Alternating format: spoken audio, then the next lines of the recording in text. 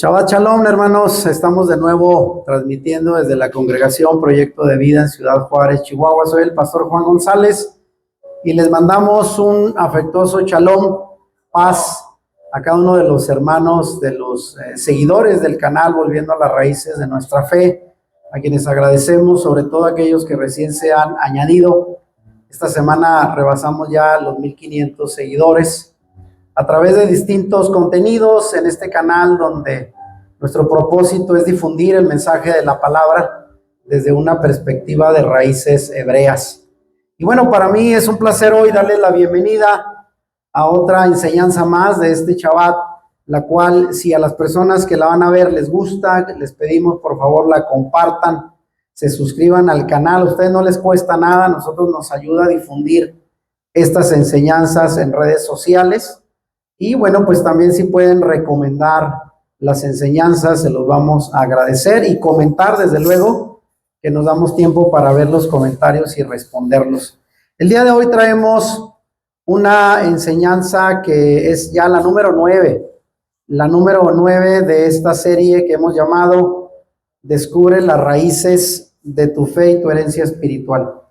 Realmente esto ha sido un resumen para aquellas personas que vengan del cristianismo, de las enseñanzas tradicionales de la teología, pero que ignoran precisamente la raíz original de nuestra fe, que esto obviamente nos lleva al pueblo de Israel, al pueblo hebreo, su cultura, su historia, su pensamiento, que es lo que hemos estado tratando de transmitir en estas enseñanzas. Y el día de hoy vamos a tener la enseñanza número 9, que le hemos llamado Ketubá, el contrato matrimonial de Elohim y su esposa. Y este tema, hablando de lo que ahorita compartía Gabriel, tiene que ver con lo que vamos a estar celebrando en 2 semanas, de acuerdo al calendario bíblico. Y me refiero a la fiesta de Shavuot, o mejor conocido en el cristianismo como la fiesta de Pentecostés. En el cristianismo se enfatiza el derramamiento del Espíritu Santo en Hechos capítulo 2, pero esto se conecta con lo que pasó al pie del monte Sinaí. Y es lo que vamos a ver hoy, lo que representa ese contrato matrimonial. Hubo una boda ahí entre el Eterno y su esposa. Y hoy vamos a descubrir quién es la esposa. Y rápidamente, para aquellos que no vieron la enseñanza pasada, la número 8 de la serie, que tuvo bastantes vistas, se llamó Mashiach ben Yosef y Mashiach ben David, el Mesías hijo de José, el Mesías sufriente, y el Mesías hijo de David, el Mesías reinante. Dijimos que son 2 roles proféticos que aparecen en la Escritura y que muchos ignoran. Sobre todo en el cristianismo estamos más relacionados con el Mesías hijo de Mesías ben Yosef, aunque no lo conocíamos así, como el Mesías sufriente, y los judíos ortodoxos están más enfocados en el Mesías rey, pero ambos roles se cumplen en nuestro Mesías Yeshua, como ya lo demostramos en esta enseñanza. Invitamos a que la gente que no la vio, la vea en nuestro canal.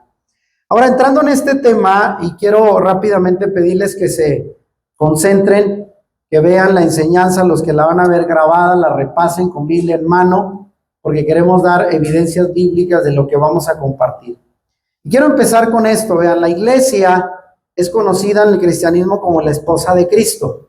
¿Cuántos de ustedes escucharon? Incluso hay cantos que se habla de esto, ¿no? Es parte de la enseñanza, donde la iglesia se considera la esposa de Cristo en la teología, en la tradición cristiana, y es la representación de una metáfora para hablar de la relación íntima que hay de amor entre Cristo y sus seguidores, la iglesia, como se le conoce. Y esta relación se compara como un matrimonio, donde Cristo es el esposo y la iglesia es su esposa. Pero aquí yo pregunto, vean, ¿pero será esto cierto de acuerdo al contexto de la Biblia? ¿Está respaldado por la Biblia? Porque entonces yo preguntaría, ¿y qué de Israel? ¿Qué del pueblo de Israel, a quien también se le llama la esposa? Y yo pregunto, ¿será acaso que el Señor es polígamo y tiene 2 esposas? ¿Usted cómo lo ve? Suena raro, ¿no? Que el Señor tenga a la iglesia y también a Israel como esposas. Eso lo vamos a compartir el día de hoy, así es de que muy atentos a esta enseñanza. Esto que decía yo ahorita, preguntándome si hay pues 2 esposas. Si usted le pregunta a un cristiano, a ver, ¿y cómo está eso? Entonces Israel aparece como esposa y también tú dices que la iglesia. Bueno, el cristiano tal vez dirá que en la Biblia tanto Israel como la iglesia son descritas como esposas de Dios, pero en diferentes contextos. Sin embargo, vean, Israel, dirá un cristiano de acuerdo a su teología, en el Antiguo Testamento es Israel la esposa de Yahweh o de Jehová, como se le conoce. Mientras que la iglesia en el Nuevo Testamento es la novia de Cristo. Así nos enseñaron en la teología cristiana. Pero se cree que son diferentes representaciones de la misma relación entre Dios y su pueblo. El problema es que se dice que ambas novias no son la misma entidad. Y aquí es donde volvemos a decir, bueno, dos esposas, dos novias. ¿Será acaso que el Señor es polígamo, o sea, dos mujeres? Esto lo vamos a aclarar en esta enseñanza. Amén. Ahora vean, si la iglesia es la novia, y aquí lo pongo entre paréntesis, la iglesia es la novia, ¿de dónde viene esta idea? Bueno, la idea proviene de la teología de Pablo, Efesios capítulo 5, verso 22 al 29. El apóstol Pablo pide a los esposos, hablando del contexto de cómo debe ser una familia de creyentes, le pide a los esposos cristianos que traten a sus esposas con amor y desinterés. Y para enfatizar su punto, Pablo compara el amor de un esposo que un esposo debe tener por su esposa con el amor que Cristo tiene por la iglesia. Y textualmente, Efesios 5:25 dice, pasaje muy conocido: maridos, amad a vuestras mujeres, así como Cristo amó a la iglesia y se entregó a sí mismo por ella. Un pasaje que hemos escuchado incluso en las bodas, amén, donde se nos llama a los varones a entregarnos por la esposa como Cristo lo hizo por la iglesia. Ahora, este pasaje es cierto, así lo señala. El asunto es cómo se ha interpretado. Ahora vean, insisto, la pregunta, ¿es la iglesia la novia de Cristo? Ahora, quiero aquí aclarar, fíjese bien, este versículo que acabamos de leer de Efesios 5:22, no dice, escuche bien, no dice que la iglesia sea la esposa de Cristo. A ver, lo vamos a volver a ver, porque alguien dice, ¿cómo que no, hermano? Mire, dice, maridos, amad a vuestras mujeres. Eso es el énfasis del pasaje de Pablo, es el enfoque en la familia, cómo debe ser la relación entre los esposos. Y dice, como ejemplo, así como Cristo amó a la iglesia y se entregó a sí mismo por ella. Pero ¿dónde dice que es la esposa? Solo pone como ejemplo de entrega. Entonces, este versículo no dice que la iglesia sea la esposa de Cristo. Simplemente usa el amor de Cristo por la iglesia como el ejemplo de cómo los esposos deben amar a sus esposas. Entonces, la interpretación de Cristo, la iglesia esposa de Cristo, es una deducción, una interpretación. Entonces, en este texto claramente no se afirma que la iglesia sea la esposa. Además, en este pasaje, además de este pasaje de Efesios 5, no hay otro en el Nuevo Testamento que diga con certeza, con claridad, que la iglesia es la esposa de Cristo. Se saca como conclusión, pero repito, aquí el enfoque es poner el ejemplo de entrega del Mesías por la iglesia, pero no dice que sea su esposo. ¿Estamos bien hasta aquí? A ver, si hay una pregunta podemos hacerlo. Ahora, sin embargo, sí hay muchos pasajes, y aquí solamente voy a poner 4 en el Antiguo Testamento, donde se dice quién es la esposa. ¿Y quién es la esposa según la Biblia? Israel, no la iglesia. Esa es la única esposa que encontramos en la Biblia. Y hay muchos pasajes, solo pongo 4. Jeremías 3:14, lea conmigo. Vuelvan pueblo infiel, declara el Señor, porque yo soy su marido. Y ahí enfatizo con letra de otro color, su marido.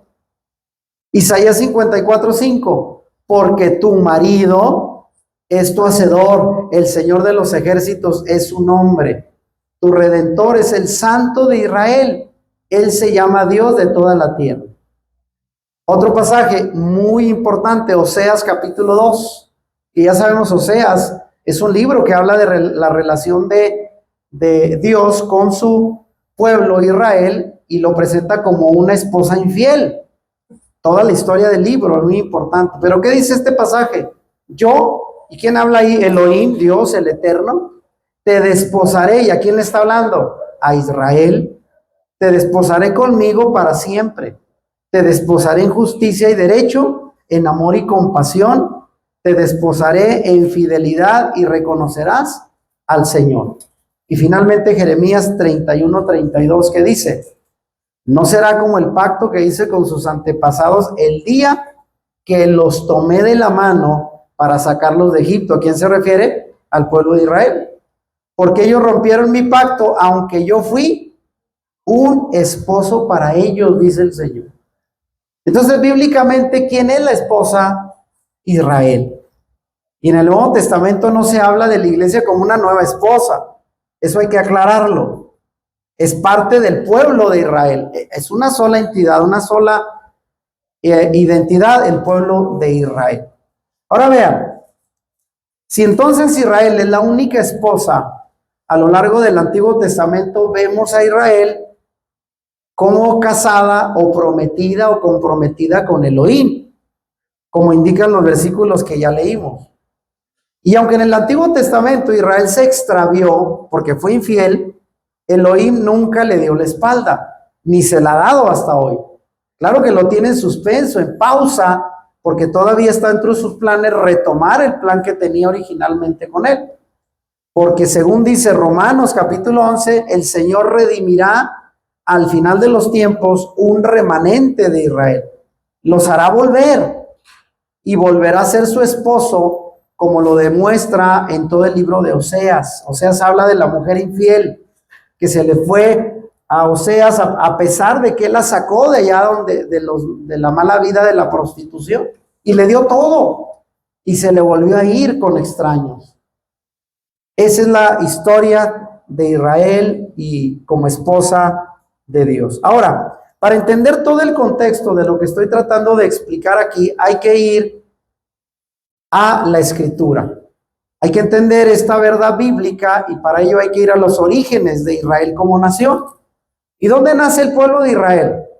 Porque muchos actualmente con esto del conflicto de Palestina, con los palestinos, con Hamas y los gazatíes, muchos quieren imponer la idea de que Gaza está ahí en el territorio desde mucho antes que Israel.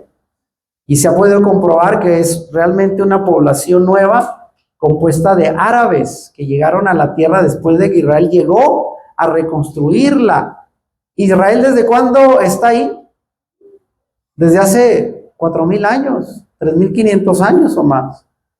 Amén. Y es el único territorio que tiene. Y a pesar de que los árabes tienen mucho territorio, hasta con petróleo, pero están ahí por intereses de echar fuera a Israel. Así es que hay que ir al origen de cuando Israel se constituye en una nación libre. ¿Y dónde empezamos con eso? Vean, tenemos que trasladarnos a Egipto.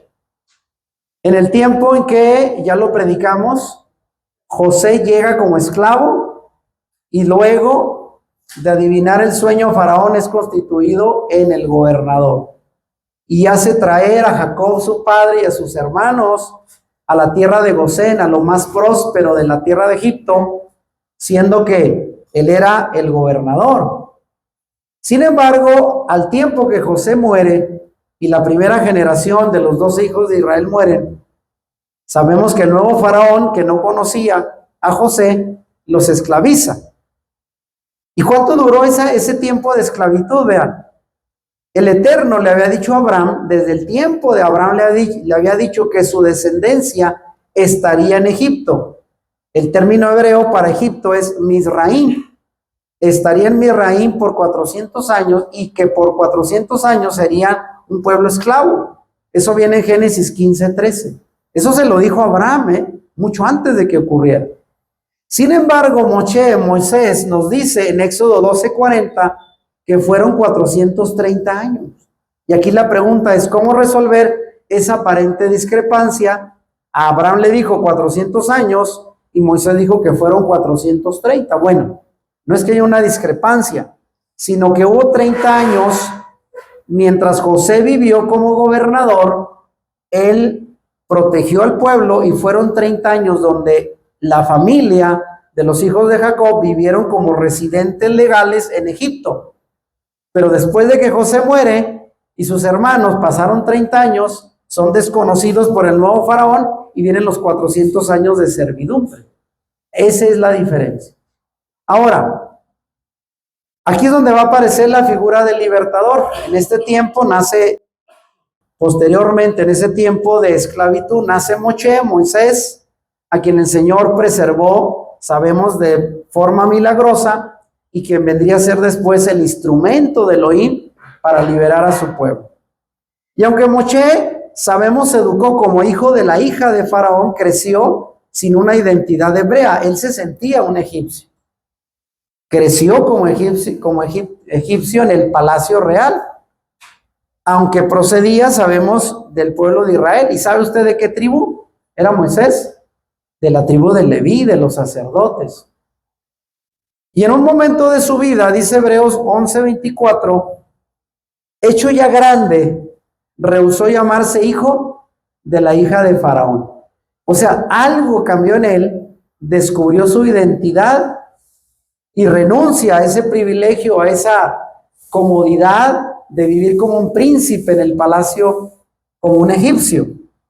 Y bueno, ¿por qué renunció a esa cultura egipcia que lo había educado, que le daba todas las comodidades? Bueno, la tradición oral dice que alguien, no sabemos quién, un día le mostró su verdadero pueblo, su origen. Y al descubrir, ahora sí que Moisés descubrió sus raíces hebreas.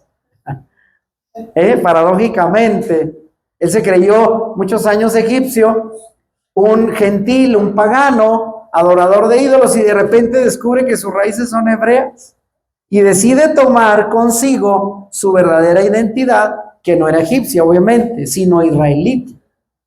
Y una vez que toma su legítima nacionalidad, él siente que Adonai, el Dios de los hebreos, le ha llamado para liberar a su pueblo. Pero el error de él es que se adelantó al tiempo y a la manera en que Dios había determinado que lo hiciera. ¿Y qué fue cómo fue que se adelantó? ¿Se acuerdan? Cuando ve al egipcio, al capataz maltratando al hebreo, lo quiere detener y al resistir lo golpea y lo mata. Ahí fue lo primero. O sea, él se adelantó a defender al pueblo. Quería libertar a su pueblo de la esclavitud, porque él estaba viviendo en palacio, pero el pueblo sufría de la esclavitud. Y luego enseguida que ve a los dos hebreos peleando, ¿se acuerdan? Y que los quiere reconciliar y le dice, ¿quién eres tú para convertirte en juez? ¿Quién te ha llamado? ¿Acaso no nos quieres hacer lo que le hiciste al egipcio al matarlo? Y al descubrir eso, dije, estoy en problemas. Y huye, sabemos, dejando todo detrás al sentirse en peligro. Así es de que se quiso adelantar, pero él renunció a la cultura egipcia para hacerse del lado de su pueblo, aunque muy tempranamente y de forma equivocada. ¿Qué fue lo que pasó? Bueno, sabemos que él se va a Madián, cruza todo el desierto y termina viviendo con Jetro y casándose con una de sus hijas en Madián y dedicándose a la labor de ser pastor de ovejas, siendo que había sido un príncipe. Y ahí sabemos todo el cambio que el Señor tiene que darle a su vida. Pero mientras que pasaba, acá en el pueblo de Israel venían tiempos de dolor. La opresión sobre los israelitas se hacía más intensa al punto que Éxodo 2:23 dice, los hijos de Israel gemían a causa de la servidumbre. Y llegando al cumplimiento del tiempo, el Eterno interviene en la vida de su pueblo para sacarlos de la esclavitud de Misraín, de Egipto. El gemido de los hijos de Israel fue oído sobre la base del pacto abrámico. Porque acuérdense, el Señor no se olvidó de la promesa hecha a Abraham. ¿Y qué dice Éxodo 2:24? Oyó Elohim el gemido de ellos y se acordó de su pacto con Abraham, Isaac y Jacob. Abraham, Isaac y Jacob. Y dijo, estos son mi pueblo, me necesitan. Pero este proceso era necesario para lo que iba a venir. Y vean, aquí es donde vuelve a aparecer el papel de Moshe. Moshe elegido como instrumento de Elohim. Sabemos ya que su nombre indica el trasfondo en parte egipcio, porque fue educado ahí, aunque el término Moshe es una variante hebrea para indicar que fue sacado de las aguas. Sabemos cómo fue, que su madre lo protegió del mandato del faraón que quería matar a los hijos varones para que no se multiplicaran y se volvieran en contra de los egipcios, y cómo la mamá lo perseveró en esa canasta que llegó a las manos de la hija de faraón. Entonces su raíz muestra la conexión del nombre con la cultura egipcia, pero desde luego con sus raíces hebreas. Y luego de su huida, Moshe tuvo un encuentro allá con el Señor en el monte, cuando pastoreaba esas ovejas, y ve cómo la zarza arde y no se consume. Y ahí fue donde el Señor le habló detrás de esa zarza y cambió no solo su fe, su perspectiva y también su pensamiento, alguien diría su teología, porque él no conocía al Dios de Abraham. Él sabía de oídas, y ahí estando con él le dice: Señor, si tú eres el Dios de Abraham, de Isaac y de Jacob, ¿por qué el pueblo está siendo esclavizado? Y ahí es donde el Señor le dice: para eso te llamé a ti. Tú vas a ir. Y ahí le encomienda, le da el encargo, lo ilumina, lo unge para que vaya de Madián y regrese a Misraim para liberar a su pueblo. Ahora sí es el tiempo. Amén. Así es de que ahí empieza la historia. Todo esto lo conocemos, me voy rápido porque quiero llegar al punto de hablar de la esposa. Y aquí voy a hablar de Moshe y el pacto. Cuando el Eterno le dice que el Elohim de Abraham, Isaac y Jacob, Éxodo 3:6, se revela a él como el Dios de Abraham, de Isaac y de Jacob, Moshe es traído al centro mismo del propósito del antiguo pacto, para que las promesas dadas a los patriarcas fueran establecidas sobre la base de la fidelidad de ese pacto de Elohim con los patriarcas. Y así como no podemos separar la intervención de Dios en medio de la esclavitud egipcia, así tampoco podemos separar a Moisés de ese pacto en el cual ahora él se incluye para darle cumplimiento. Y fue así que su nacimiento, el llamamiento y el ministerio de Moisés se pueden entender solamente bajo el contexto del pacto de Abraham y de Isaac y de Jacob. El Señor le dijo: para eso te llamo, para que darle seguimiento a lo que le ofrecí a tus padres. Vamos a sacar al pueblo de la esclavitud. Y es ahí donde sabemos que Moisés regresó a Egipto como un pastor, salió de ahí como un príncipe de Egipto y regresa como un pastor y se enfrenta cara a cara con el faraón. Y que por cierto, de esto está documentado, He visto últimamente documentales porque antiguamente se creía que el faraón del Éxodo era otro, Ramsés. Todavía en las películas, ¿verdad?, se habla de Ramsés, pero Ramsés viene después. Realmente no fue él.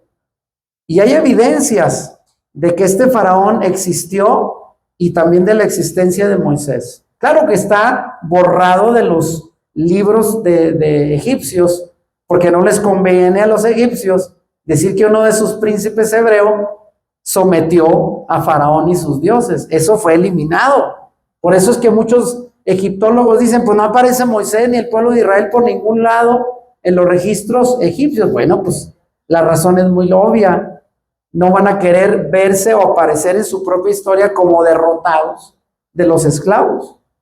Ahora, después de los encuentros que tuvo Moshe y Faraón en esta misión de ir a rescatar al pueblo y las 10 plagas de Egipto, y cuando Faraón desperdició todas las oportunidades de arrepentirse que tuvo, le dieron 10, hasta en la última aprendió, cruzó la línea de no retorno al punto que su corazón fue endurecido. Y eso sabemos que la Biblia tiene un propósito. Y entramos entonces en el acto final de aquella maravillosa historia de liberación, cuando una masa de esclavos surgirá como una nación libre. Y esa historia es interesante, hermano. ¿Por qué? Porque el Dios de los esclavos les da libertad y los llama a vivir en una democracia. Y algo que yo he aprendido últimamente de un antropólogo mexicano, se llama Francisco Gil White, Él se ha especializado en la historia del pueblo de Israel y él asegura que la democracia moderna de los países libres viene de Israel. ¿Y sabe de dónde? De la Torá, porque ahí está establecido. A nosotros se nos había engañado, nos habían dicho que los griegos, los romanos habían inventado la democracia. ¿Cuál? Si eran países que esclavizaban, eran países dominantes. ¿De dónde viene la democracia moderna? De Israel y de su Torá. ¿Y por qué cree que los gobiernos totalitarios, impositivos, como por ejemplo de la religión musulmana, los ayatolas de Siria, de Irán, son gobernantes totalitarios?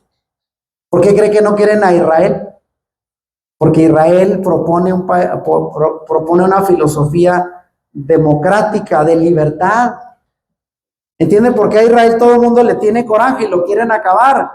Porque representa una revuelta de esclavos que sale a la libertad.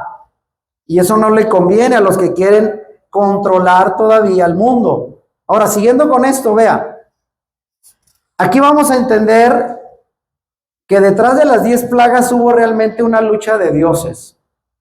Porque no lo hemos entendido así, las plagas tienen un porqué. La noche estaba por caer sobre la tierra de Misraín, y aquí me voy a referir a la última plaga. Los hijos de Israel habían sido instruidos ya acerca de cómo comer el cordero pascual, que ahí viene la primera fiesta y el inicio del año religioso, que es la fiesta de Pesaj, Pascua. Éxodo capítulo 12. Y en el último juicio que vino de Dios sobre Egipto, el faraón y su pueblo, sabemos que murieron todos los hijos primogénitos de los egipcios, como un juicio final. Porque recordemos que todas las plagas que cayeron sobre Misraín, sobre Egipto, tocaron y destruyeron a sus dioses. Así literalmente, fue una lucha del dios hebreo contra todos los dioses de Egipto juntos. Y tuvo para todos, para barrer y trapear con ellos, literalmente. Pero en esta última plaga sería la más severa y la que mostraría finalmente la superioridad del Elohim de los hebreos sobre los dioses egipcios, literalmente. Vea, esta historia la habíamos visto tantas veces, pero no la habíamos visto como una lucha de dioses, hasta ahora que lo estamos entendiendo bajo el patrón y la cultura hebrea. Ahora, debe usted también saber que Faraón era considerado un dios en la cultura egipcia. Si tenemos en cuenta que el faraón era visto y adorado como una divinidad y como un hijo de los dioses, y si recordamos que su primogénito, su hijo primogénito, era también considerado no solamente divino, sino hijo de la deidad superior también. Así era considerado el hijo de Faraón, el hijo del dios más importante de los egipcios. Entonces veremos pues las implicaciones teológicas de esta última señal de la muerte de los primogénitos, porque matar al hijo del faraón era un ataque contra uno de los dioses principales. El faraón mismo era considerado un dios. ¿Lo entiende ahora sí?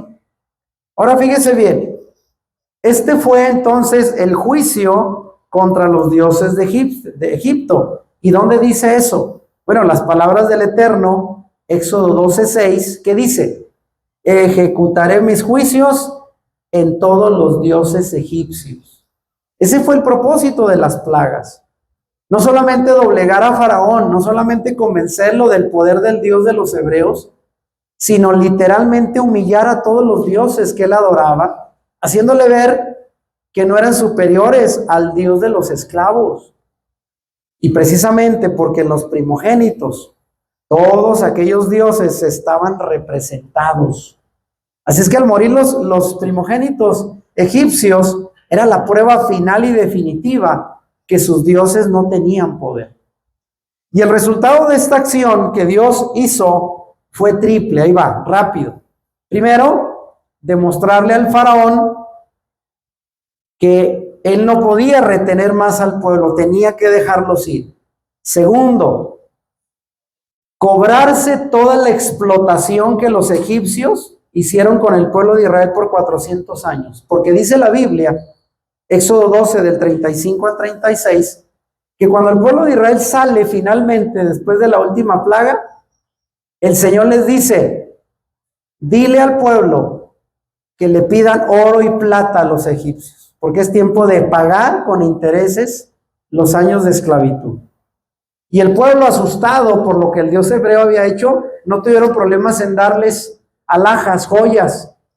¿Con qué fue que construyeron el becerro de oro en el desierto? Llevaban plata y oro. ¿Y quién se las dio? El pueblo. Y fue el cobro de esos años de esclavitud más los intereses. Tómala. ¿Cómo la ven? Y en tercer lugar, vean, otra señal del que el poder del Dios de los esclavos era superior. Tercero, una gran cantidad de egipcios de todas las esferas sociales se convencen que el Dios de los hebreos es el verdadero Dios y se convierten y se juntan al pueblo de Israel en el Éxodo. Esto viene en Éxodo 12:38. La Biblia dice que no salieron solo los hebreos, sino una multitud de egipcios con ellos, al convencerse que habían derrotado a sus dioses y que el Dios de los hebreos era más poderoso. Pero vean, no fue sino hasta que el juicio final de Elohim contra Egipto se manifestó con la última señal.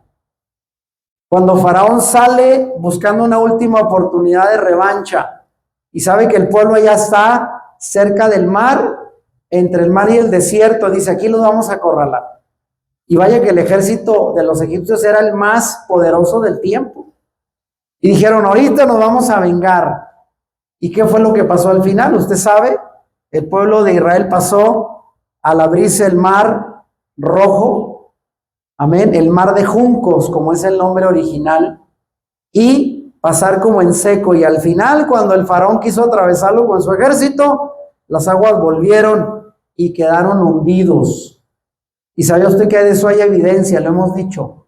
Las llantas de los carros de Faraón siguen ahí en el mar rojo. Ahora, con este acto es el inicio del cumplimiento de retomar la promesa a los patriarcas, que iban a ser un pueblo libre y que iban a tener una tierra propia. Pero antes de eso, vea, hablando de las plagas, si hay todavía alguna duda, hay imágenes como estas que me encontré en internet de cómo cada una de las plagas fue una lucha contra uno de los dioses egipcios. El primero, Kenum, dios del río Nilo, porque ¿cuál fue la primera señal? El agua del río Nilo, que sostiene la vida agrícola de Egipto, es convertida en sangre. Y ahí la pregunta, ¿dónde está el dios del río Nilo? Y luego viene Eket, la diosa en forma de rana, porque fue la segunda plaga, la plaga de las ranas. ¿Dónde estaba la diosa de las ranas que no pudo hacer nada? Y luego viene la tercera, la plaga de los piojos, y esa tentó a Geb, el dios de la tierra. La tierra produjo piojos. Y luego la cuarta, la plaga de las moscas, Jepri, el dios escarabajo. Aunque algunos dicen que no fue solo moscas, sino insectos en sí. No se sabe exactamente, lo más probable, moscas. Y luego la quinta plaga atentó contra Ator, Pat y Hapi, dioses protectores del ganado, porque la quinta plaga fue la muerte del ganado. Y no lo pudieron evitar. La sexta plaga atentó contra Imhotep, el dios de la medicina y la sanidad, que no pudo hacer nada en contra de la plaga de las úlceras. La séptima plaga, la plaga del granizo, atentó en contra de Nut, la diosa del cielo y la lluvia, que no pudo hacer nada para detener el granizo. La octava plaga contra Isis, la diosa de la fertilidad, porque fue la plaga de las langostas que devoraron todo lo que había de cosecha. La novena plaga contra Ra, el dios del sol, porque ¿cuál fue la plaga novena? La plaga de las tinieblas, y ahí hasta dice, ¿verdad? Ok, prendan la luz, dice Ra. El dios del sol fue opacado por el Señor. Y finalmente Anubis, dios de la muerte, con la muerte de los primogénitos. ¿Cómo la ve? ¿Lo había visto así o no?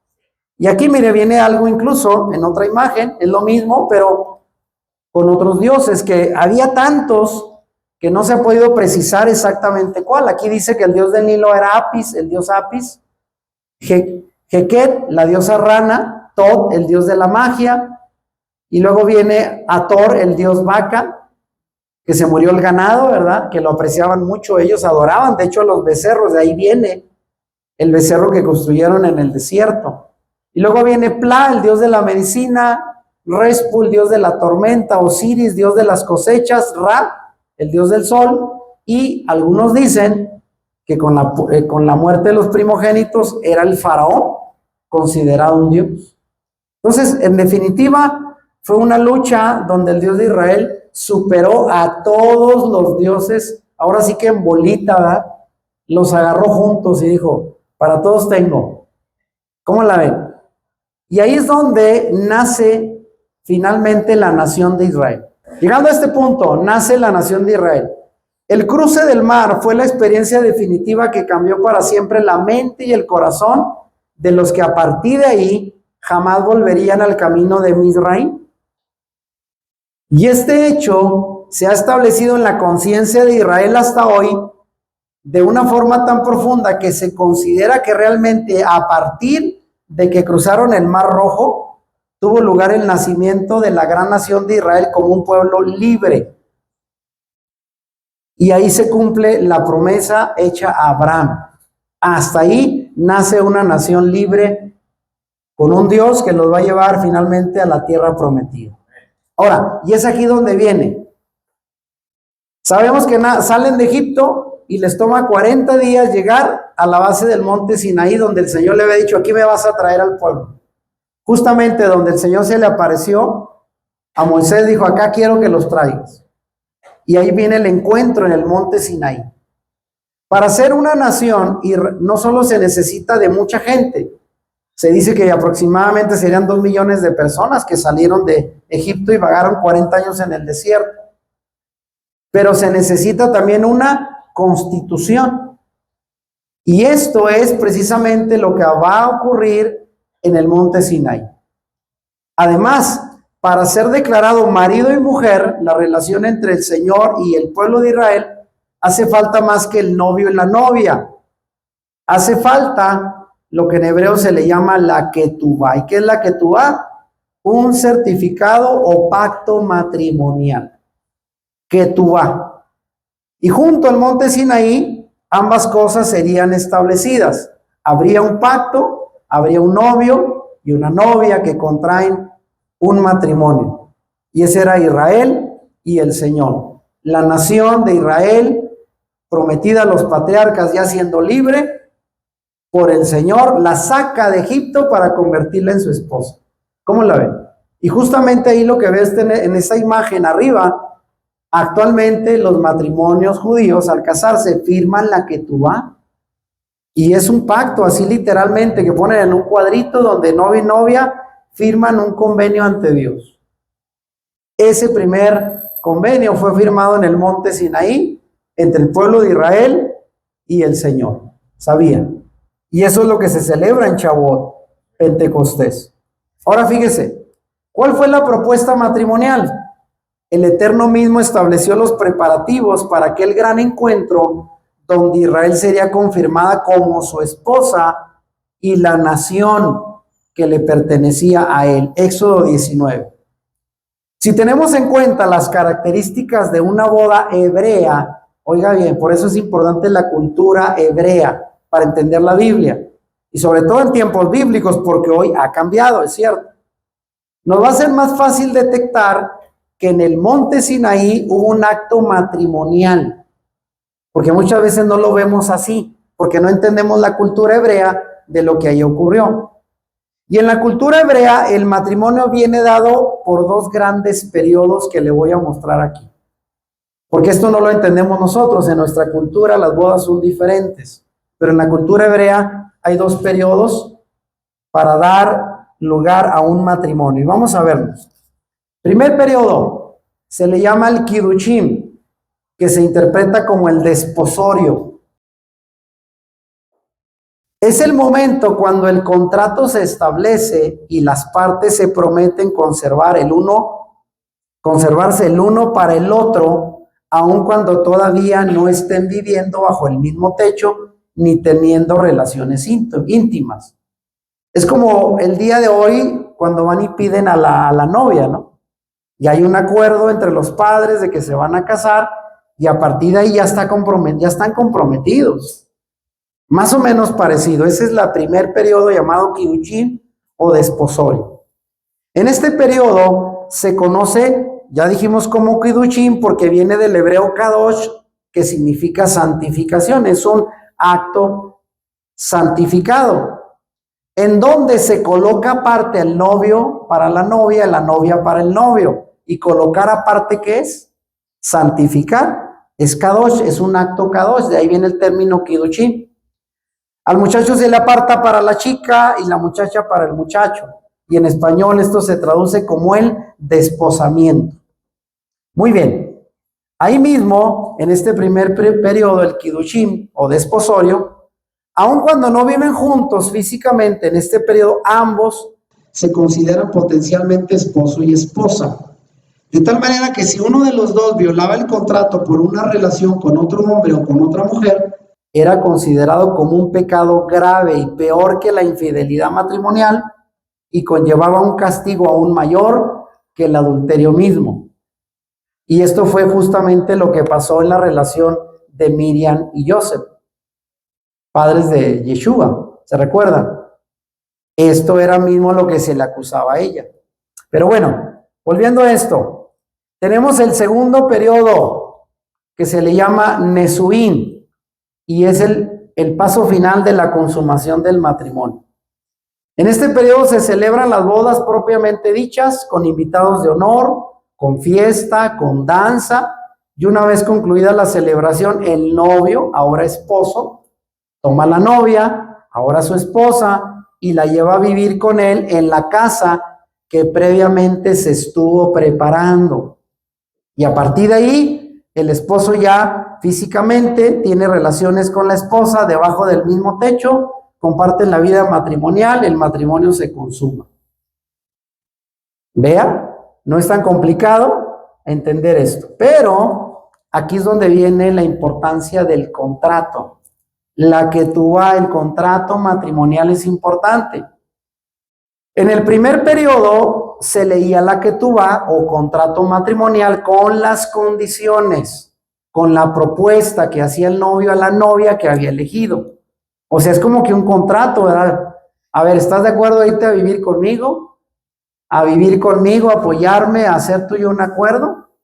Y si ella aceptaba, entonces los dos testigos que había, uno de parte del novio y otro de la novia, lo sellaban y la separación quedaba oficialmente, o sea, la separación para casarse o ya estar comprometidos quedaba oficialmente establecida. A partir de ese momento, ambos se consideraban ya esposo y esposa. Ya habían hecho un acuerdo, lo habían firmado, ahí está la ketubá, el contrato. Aunque todavía no se había consumado el matrimonio, todavía no vivían juntos, pero ya había un acuerdo. Ahora, la propuesta, volviendo a el Señor y su pueblo. ¿Cuál fue la propuesta matrimonial de Yahweh? En el monte Sinaí, el Eterno le hizo una propuesta matrimonial a Israel para tomarla como su esposo. Y esto fue lo que dijo. Aquí viene Jeremías 2 del 1 al 2. Vino a mí palabra de Yahweh diciendo, anda y clama a los oídos de Jerusalén, diciendo, así dice Yahweh, me he acordado de ti, de la fidelidad de tu juventud, del amor de tu desposorio, vea, cuando andabas en pos de mí, en el desierto, en tierra no sembrada. En ese momento el Señor se pone nostálgico, después de todo lo que Israel había hecho por fallar a su pacto, a la ketubá. Y el Señor dice, me acuerdo cuando eras joven, una jovencita allá en el desierto que te amé, me enamoré de ti y te ofrecí matrimonio con todo lo que yo podía dar. Y a pesar de eso, lo violaste. Se puso nostálgico el Señor, hablando del desposorio con la esposa de su juventud, Israel en el desierto, en el monte Sinai. Ahora, había dos testigos. En la boda bíblica, los dos testigos eran asignados, uno para la novia y el otro para el novio, cosa que todavía se hace en las bodas judías, como lo pongo en la imagen. ¿Y quiénes fueron los testigos? De parte del Señor fueron los ángeles. Y de parte de Israel, pues Moisés fue el testigo de parte de Israel. Y si volvemos nuestros ojos al libro de Shemot, de Éxodo, veremos que Moisés actuó como el testigo representando a Israel, la escogida en aquella propiciación matrimonial venida del Eterno en Éxodo 19. Usted lee Éxodo 19 a ver cómo el Señor le hace un montón de ofertas al pueblo y si tú cumples conmigo, te voy a hacer la niña de mis ojos. Vas a hacer lo mejor, vas a tener todo. El Señor se desvivió en ofrecerle lo mejor a su pueblo. Ahora, vean lo que dice Éxodo 19 del 4 al 6 para que vean lo que se ofreció a esta esposa elegida.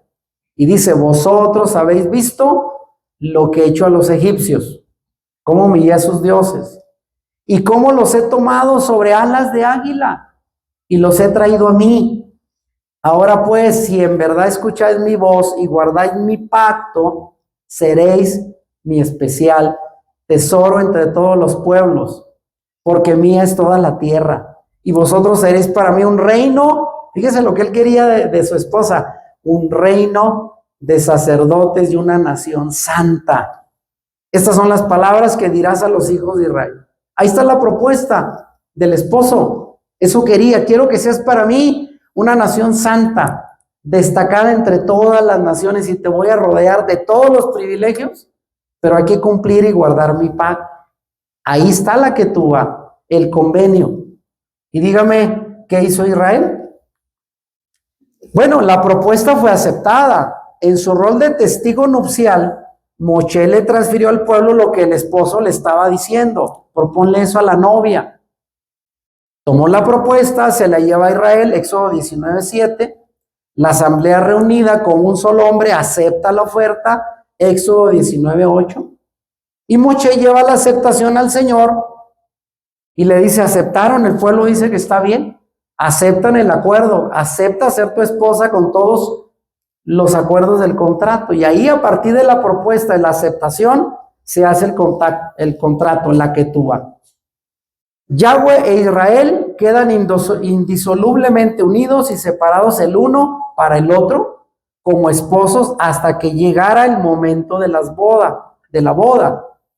Y entonces la segunda parte, llamada el Nesivín, o segundo periodo, trajera la consumación del matrimonio. O sea, ahí fue la primera parte, el convenio, la ketubá, en la base del monte Sinaí, en el día de Shavuot, 50 días después de haber salido de la esclavitud de Egipto.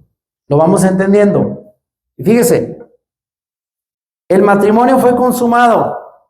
Inmediatamente después de que la Asamblea de Israel aceptó la oferta, la ketubá o el convenio matrimonial, fue anunciado en 10 palabras, así se le llama en la cultura hebrea, 10 palabras. Nosotros los conocemos como los 10 mandamientos. Y fue entregado al testigo, a Moisés se le entregaron las tablas, 2 tablas de piedra, escritas por el dedo de Dios, para que la novia lo firmara. ¿Cómo la ve? Y una vez que la novia firmara la ketubá delante de los testigos, el matrimonio tendría lugar oficialmente consumado. Yahweh vendría a ser de una manera única y especial el esposo e Israel la esposa del Eterno. Ahí está. ¿Dónde está la iglesia? Esta es la iglesia. Si usted habla de una iglesia, esta es la iglesia del desierto. Y en Hechos capítulo 2 es la ratificación del pacto, pero no con un pueblo nuevo, con el mismo pueblo de Israel. No hay 2 esposas, hay una sola, Israel. Y usted y yo, para ser parte de la novia, tenemos que ser parte de Israel. Amén. Eso lo hemos entendido ahora. Ahora, ¿cuáles fueron las condiciones del matrimonio? En este sentido, los 10 mandamientos, que eran representativos de toda la Torá, porque la Torá son los primeros 5 libros, no solo 10 mandamientos, vino a ser el contrato matrimonial entre Yahweh e Israel como esposa. Si ese contrato es mantenido, Israel vendría a ser la nación santa y el reino de gente santa que el Señor quería, que era precisamente la meta final que el Eterno tenía para los hijos de Jacob, que fueran una nación que lo representara en el mundo, un pueblo santo que llevara los mandamientos del Eterno en toda su expresión. Ese era el propósito original de este acuerdo. Pero ¿qué pasó? Dígame, ¿qué hicieron? El contrato lo quedó invalidado, quedó roto. La Escritura nos dice que al bajar del monte Sinaí con las 2 tablas de piedra, puesto que estuvo 40 días allá, el pueblo se desespera, piensa que Moisés ha muerto y presionan a Aarón para que les haga un becerro de oro que represente a los dioses que los habían sacado de Egipto. O sea, nunca entendieron. Aunque alguien dice que los egipcios que salieron con ellos fueron parte del alboroto, porque ellos ¿qué conocían más que sus dioses? Dijeron, si el Dios hasta aquí nos llegó, el Dios de los hebreos hasta aquí llegó, pues vamos a seguirle con lo que nos conocemos nosotros. Y ahí entendemos de la tragedia del becerro de oro que los israelitas levantaron en el desierto, adorándole como el Dios que los había sacado de la esclavitud. Es pues que lleno de indignación Moisés, al ver aquello, tomó las 2 tablas de piedra representativas de la ketubá, de ese contrato matrimonial, y las quebró. Y ahí dijo, se acabó, no podemos continuar con este acuerdo. Esto propició que aunque el pacto matrimonial había ya tenido lugar, porque la propuesta que había sido dada a Israel la había aceptado oralmente, pero la firma del contrato no pudo ser realizada ni sellada porque se quebró la ketubá, se quebró el contrato. Así pues, Israel ha venido a ser la esposa de Yahweh, pero hace falta aún la segunda parte del pacto matrimonial para sellar aquel primero que fue roto. Y cuando el testigo de la novia, o sea Moisés, se dio cuenta de que las condiciones no habían sido cumplidas, al contrario, el pueblo de Israel había ya sido infiel con el becerro de oro, se enojó y no dejó que se consumara el acto final quebrando las piedras. Amén, las tablas de la ley.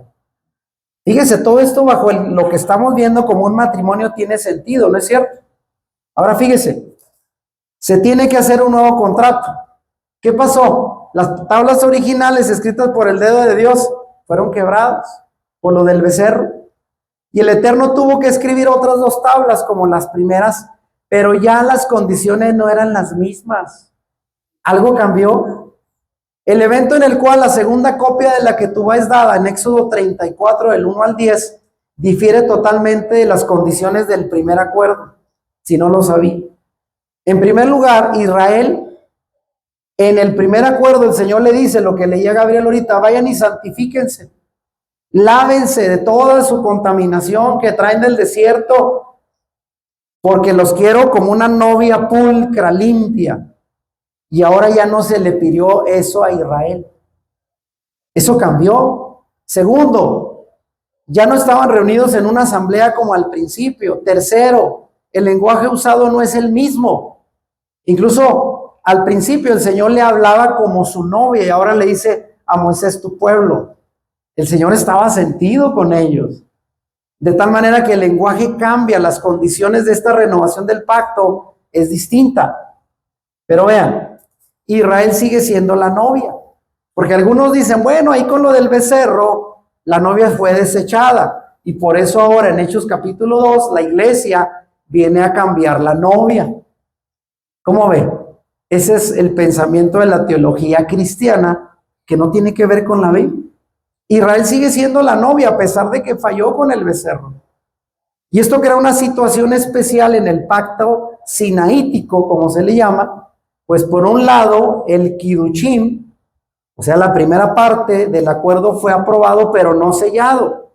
Por lo tanto, Israel es legítimamente la novia separada para ser la esposa. Pero ve aquí, hasta que un nuevo contrato matrimonial no fuera establecido, la totalidad de las provisiones contenidas en el pacto matrimonial original no podrán ser completadas. O sea, se quedó a medias. Por la desobediencia del pueblo, por el becerro, les arruinó todo. Amén. Y fíjese, y es aquí donde vemos la necesidad de la redención de la novia. La infidelidad de la novia con el becerro de oro que construyeron al comienzo del Kiduchín, cuando ya el Señor les había entregado las tablas, el pacto para firmarlo, le había descalificado para ser la esposa del Eterno al haber fallado al construir el becerro. Por lo tanto, algo tendrá que ser hecho para redimirla. Sin embargo, siendo que el pacto abrámico estaba en juego, porque al final fue la promesa hecha a los patriarcas la que se quedaría sin cumplir, y claro que el Señor no lo iba a dejar así. El esposo, el Eterno, no puede deshacerse de Israel como su esposa, por lo que preparó un plan majestuoso para redimirla enviando a un segundo Moisés. ¿Y ese quién es? Nuestro Mesías Yeshua. Él vino a reparar las cosas que quedaron pendientes por la desobediencia del pueblo y que se quedó la consumación del matrimonio pendiente hasta que se restablecieran las condiciones del pacto. Pero vean, hubo cambios del pacto. Por un lado, el tabernáculo que originalmente estaba en medio del pueblo, el Señor lo quitó y le dijo, vayan y háganmelo a las afueras.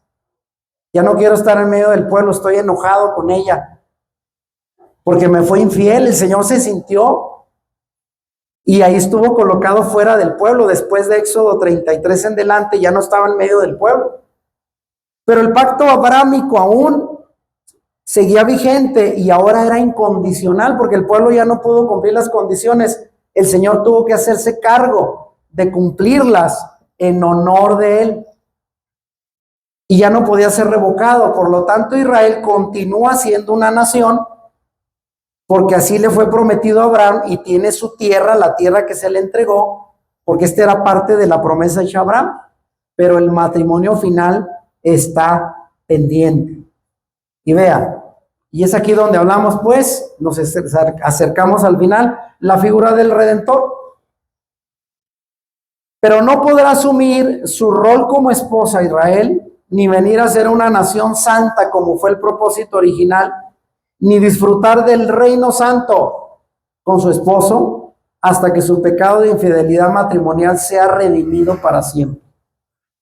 Y todo esto que viene después en la historia de Israel, los exilios, a causa del pecado, son llevados a Siria, a Babilonia, y andan de un lugar a otro hasta hace 80 años que regresan como un estado a constituirse de nuevo en Israel. ¿Cuánto tiempo pasó, hermanos? 2700 años, 2600 años desde el exilio que andan extraviados. El Señor les ha permitido regresar a la tierra de Israel, que siguen en disputa, porque no están en paz. Pero esto es parte del plan final, donde el Señor quiere cumplir la segunda parte del matrimonio con Israel. Pero aquí va a ser necesario, o iba a ser necesario, que apareciera el Redentor, que pagara el precio para que la esposa de nuevo fuera presentada santa, sin mancha ni arruga delante del esposo, lo cual dice Efesios 5:27. Pero esa esposa sin mancha, sin arruga, no es la iglesia, es el Israel renovado con el pacto nuevo que se le debe de cumplir. Y vean, y aquí termino con esto, vean rápidamente. La novia tiene que ser protegida. Mientras tanto, con el propósito de proteger a su amada del escarnio público, porque ¿qué merecía la novia cuando fallaba el convenio? ¿Morir apedreada? Eso es lo que hacían los judíos. Y el Señor, para protegerla del escarnio público, el Eterno la va a cuidar y la va a proteger hasta que llegue el día cuando su pecado sea quitado de forma permanente y un nuevo contrato matrimonial sea firmado. Y la totalidad de las promesas que incluyen el reino puedan ser finalmente concretadas. Israel ahorita está en ese estado de protección para finalmente convertirse en la novia redimida, a fin de perseverar a Israel, fíjese el plan, como nación, hasta que el día viniera cuando la nueva Ketubá, nuevo pacto matrimonial fuera establecido. El primer contrato recibirá múltiples estatutos y mandamientos que harían de Israel una nación protegida. Y para ello el Señor, que le permita sobrevivir en la tierra al desastre de la infidelidad matrimonial del inicio, Él prepara condiciones necesarias para redimir a su amada de la ignominia de su pecado. Y por eso le entrega leyes y mandamientos. Y es aquí donde la gente no entiende, el cristiano común, porque hay una Torá. ¿Para qué es la Torá? Después de que el pueblo falló con el becerro y para que se cumpla el tiempo final donde sea redimida de su pecado por el Mesías, la Torá se convirtió en ese tiempo en un ayo, en un maestro, en una guía, en un velador, en un cuidador de aquella que había sido escogida para ser su esposa. Y para que pudiera heredar ese reino eterno a fin de perseverar las promesas que habían sido dadas y garantizar el arribo de la simiente santa del Mesías, a través de quien ese nuevo pacto sería firmado y asegurado para siempre. Pero ¿cuánto tiempo iba a faltar? Desde el Éxodo, desde que fallaron con el becerro y entraron a la tierra prometida, hasta que apareciera el segundo Moshe, cientos de años. Y la única manera en que deberían de protegerse era con el maestro guía. ¿Quién es el maestro guía? La Torá, los mandamientos. Y es aquí donde digo, la Torá entonces protege. Para aquellos que piensan que estos mandamientos son puras imposiciones de leyes, les diré que de ahora en adelante, cuando usted y yo miramos la Torá, la ley, comencemos a verla desde una nueva perspectiva. No como algo impositivo dado para esclavizar al pueblo, ni tampoco como un medio de salvación para Israel, sino para proteger a Israel como nación, como un pueblo de fe, hasta que llegue el momento en que pueda ser redimida por el Mesías. Porque hay que recordar que el Mesías vino y pagó la deuda, pero Israel todavía no lo reconoce. Y ahí está esa parte pendiente. Pero yo pregunto, si quitamos la Torá, ¿qué pasaría? El daño sería mucho más grave, los resultados podrían ser irreversibles. La Torá era para mantener al pueblo, a la novia, enfocada en lo que tenía que hacer mientras llegara el tiempo de ser redimida. Y lo mismo también aplica para los creyentes no judíos, porque muchos aquí otra vez dicen, la Torá era para los judíos. ¿Y nosotros qué? Y solo como un ejemplo, vea, ¿por qué la Torá protege aún al creyente no judío? Y solo un ejemplo, para aquellos que venimos de la cristiandad, de ser iglesia evangélica. Y aquí pongo, la Torá protege, por ejemplo, aunque nacer en un hogar cristiano o evangélico no salva a las personas. Por ejemplo, hay muchos creyentes que dicen, yo nací en un hogar cristiano, mis padres eran cristianos. ¿Y eso te salvó? No. Sin embargo, crecer o nacer en un hogar cristiano evangélico trae protección emocional, moral e incluso física, porque los padres oramos por los hijos y eso trae protección. A los hijos nacidos en ese hogar van a ser protegidos hasta que llegue el día cuando el Señor se les revele y entonces ellos tengan su propia experiencia de salvación. Entonces, ¿sirve o no nacer en un hogar creyente? Claro, es lo mismo. Y aunque la educación cristiana no salva, no significa que sea inservible u obsoleta. Todo lo contrario, crea un muro de protección alrededor de la familia hasta que el Espíritu Santo convierte el corazón de cada uno de los miembros. Y es lo mismo. Y así es como llegamos finalmente, vean, la Torá, el siguiente tema. La Torá, la constitución del reino. ¿Por qué fue necesaria que fuera entregada la Torá en el monte Sinaí al pueblo? Precisamente porque habían fallado y precisamente porque era el único recurso que el Eterno tenía para asegurar que ese pueblo siguiera viviendo contenido bajo una ley, bajo un número de preceptos, de leyes, mandamientos y estatutos que regularan toda su vida, hasta que llegara el tiempo en que el Mesías llegara a redimir a la novia para casarse con ella. Y eso está pendiente, ¿eh? Cuando dice el Apocalipsis, he aquí que las bodas del Cordero y la novia se ha preparado, eso está pendiente, hermanos. Pero la primera parte de ese matrimonio empezó ¿dónde? En el monte Sinaí, donde recibieron la Ketubá, los 10 mandamientos. Y esos los mandamientos nos siguen comprometiendo usted y a mí. ¿Sabía? Si usted quiere ser parte de la novia, no puede decir yo vivo sin mandamientos, sin Torah. Usted no va a poder ser parte de la novia.